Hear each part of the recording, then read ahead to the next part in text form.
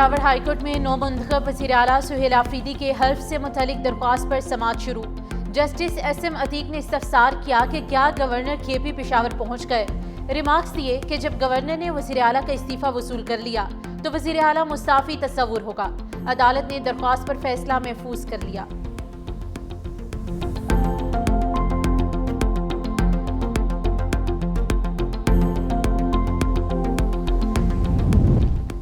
Supreme court میں 26ویں آئینی ترمیم کے خلاف درخواست پر سماعت۔ مجھے جھوٹا کہا جا رہا ہے، قوم کے سامنے سب رکھوں گا، جسٹس جمال خان مندوخیل کی جانب سے ریمارکس دیے گئے۔ وکیل عابد زبیری نے موقف اختیار کیا کہ ہماری درخواست فل کورٹ کی ہے، جس پر آئینی بینچ کے سربراہ جسٹس امین الدین نے کہا آپ فل کورٹ کی بات نہ کریں، آپ کہیں صرف وہ ججز جو ترمیم سے پہلے موجود تھے۔ جسٹس جمال خان مندوخیل نے ریمارکس دیے کہ کچھ لوگ کہتے ہیں 191A سائٹ پر رکھ دیں، بینچ سپریم کورٹ کے رولز کے مطابق بنائے جائیں گے۔ رولز میں کہیں نہیں لکھا کہ بینچ چیف جسٹس بنائے گا۔ آئینی بینچ نے کیس کی سماعت کل تک ملتوی کر دی ہے۔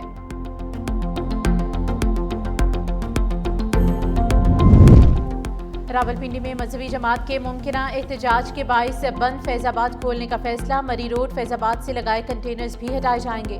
6 دنوں سے بند ٹرانسپورٹ اڈے، ہوٹلز، ہاسٹلز، ریسٹورانٹس اور دکانیں کھولنے کے احکامات جاری۔ فیض آباد مارکیٹ کھلنا شروع ہو چکی ہے۔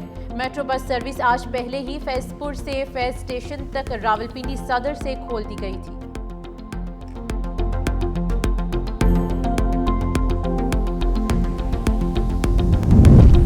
پنجاب کی جیلوں میں گنجائش سے 88% زائد قیدی بند ہونے کا انکشاف۔ پہلی بار صوبے بھر کی جیلوں میں بند قیدیوں کی تعداد 70,000 سے بڑھ گئی۔ اعداد و شمار کے مطابق 45 جیلوں میں 38,000 قیدی رکھنے کی گنجائش، مگر 72,000 سے زائد قیدی پابند سلاسل ہیں۔ لاہور کی 4,500 قیدیوں کی گنجائش والی دونوں جیلوں میں بند قیدیوں کی تعداد 10,000 سے زائد ہو چکی۔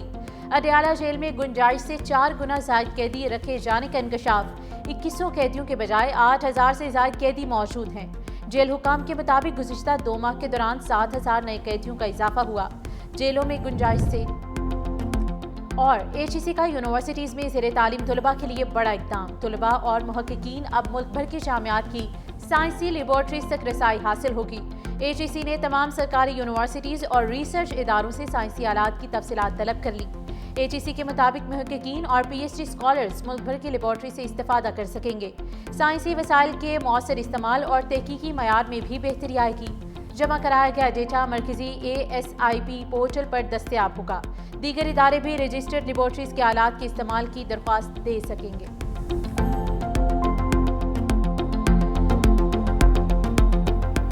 غزہ جنگ بندی میں تاخیر پر اسرائیل میں نیتن یاہو کے خلاف مظاہرے۔ اسرائیلی شہریوں نے سوال کیا کہ یہ سب اتنی دیر سے کیوں ہوا؟ معاہدے پہلے ہو جاتے تو زیادہ قیدی زندہ ہوتے اور ہزاروں فلسطینیوں کی جانیں بچائی جا سکتی تھیں۔ نیتن یاہو کے ذکر پر نعروں اور احتجاج کا طوفان کھڑا ہو گیا۔ ٹرمپ کے ایلچیوں سٹیو وٹکوف اور جیرڈ کشنر کو عوامی ناراضگی کا سامنا کرنا پڑا۔ قیدیوں کی تاخیر سے رہائی پر نیتن یاہو پر شدید تنقید کی گئی۔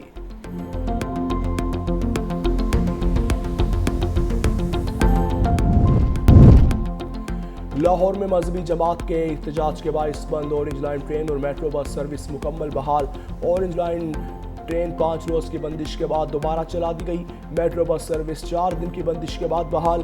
ماس ٹرانزٹ اتھارٹی کے مطابق راستوں کی بندش کے باعث سروسز عارضی طور پر معطل کی گئی تھیں۔ لاہور کے تمام میٹرو بس اسٹیشنز اور اورنج لائن ٹرین اسٹیشنز شہریوں کے لیے کھول دیے گئے۔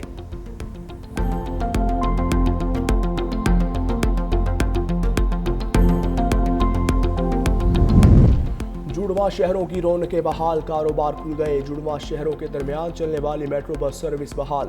پہلے فیز میں میٹرو بس سروس صدر اسٹیشن تا کشمیر ہائی وے تک بحال کر دی گئی۔ ڈی چوک میں تاحال کنٹینرز موجود۔ فیض احمد فیض تا پاک سیکریٹریٹ میٹرو بس معطل۔ میٹرو بس سروس 4 روز تک بند رہی۔ میٹرو بس سروس ضلعی انتظامیہ کی ہدایت پر بند کی گئی تھی۔ پاکستان اور امریکہ کے درمیان ٹیرف معاہدے پر کامیاب مذاکرات۔ وزیر خزانہ کی امریکی محکمہ خزانہ کے اعلیٰ حکام سے ملاقاتیں۔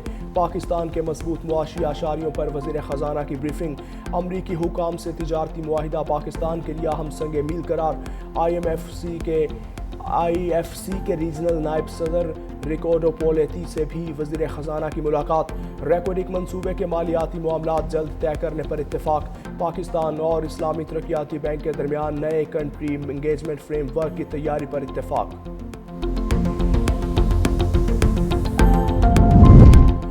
پاکستان سٹاک ایکسچینج مارکیٹ میں مسلسل 6 روز کی مندی کے بعد تیزی۔ ٹریڈنگ کے دوران 4000 پوائنٹ سے زائد کا اضافہ۔ 100 انڈیکس 1,62,737 پوائنٹس پر ٹریڈ۔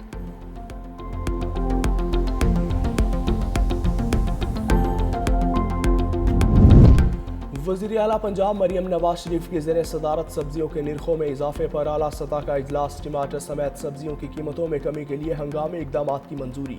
وزیر اعلیٰ مریم نواز نے تمام دکانوں اور بازاروں کے داخلی راستوں پر ریٹ لسٹ نمایاں طور پر آویزہ کرنے کی ہدایت کر دی۔ پرائس کنٹرول ایکٹ کی خلاف ورزی پر صوبے بھر میں 3,68,000 دکانوں کی نگرانی، 5,48,00,000 کے جرمانے، 321 FIRs اور 4,607 گرفتاریاں عمل میں لائی گئیں۔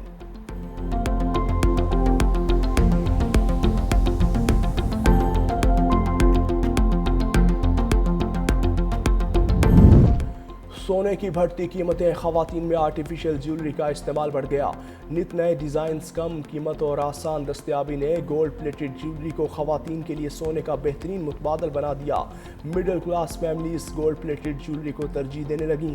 خواتین کا کہنا ہے چاندی پر سونے کا پانی چڑھا کر گزارا ممکن ہے، سونا پہننا تو اب خواب بن چکا۔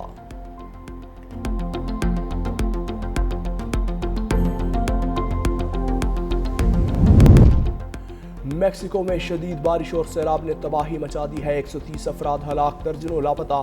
سیلاب سے 1 لاکھ گھروں کو نقصان پہنچا۔ بارشوں نے پلوں سمیت متعدد انفراسٹرکچر کو تباہ کر دیا۔ وسطی ریاستوں میں بڑے پیمانے پر تباہی مچائی، 5 ریاستوں میں بجلی کا نظام درہم برہم۔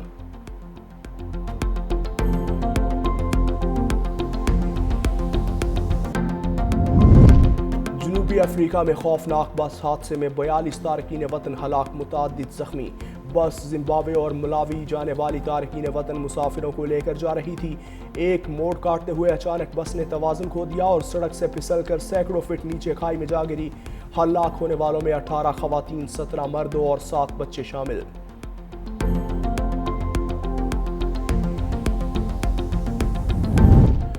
نوبل انعام برائے معیشت 3 ماہرین معاشیات کے نام۔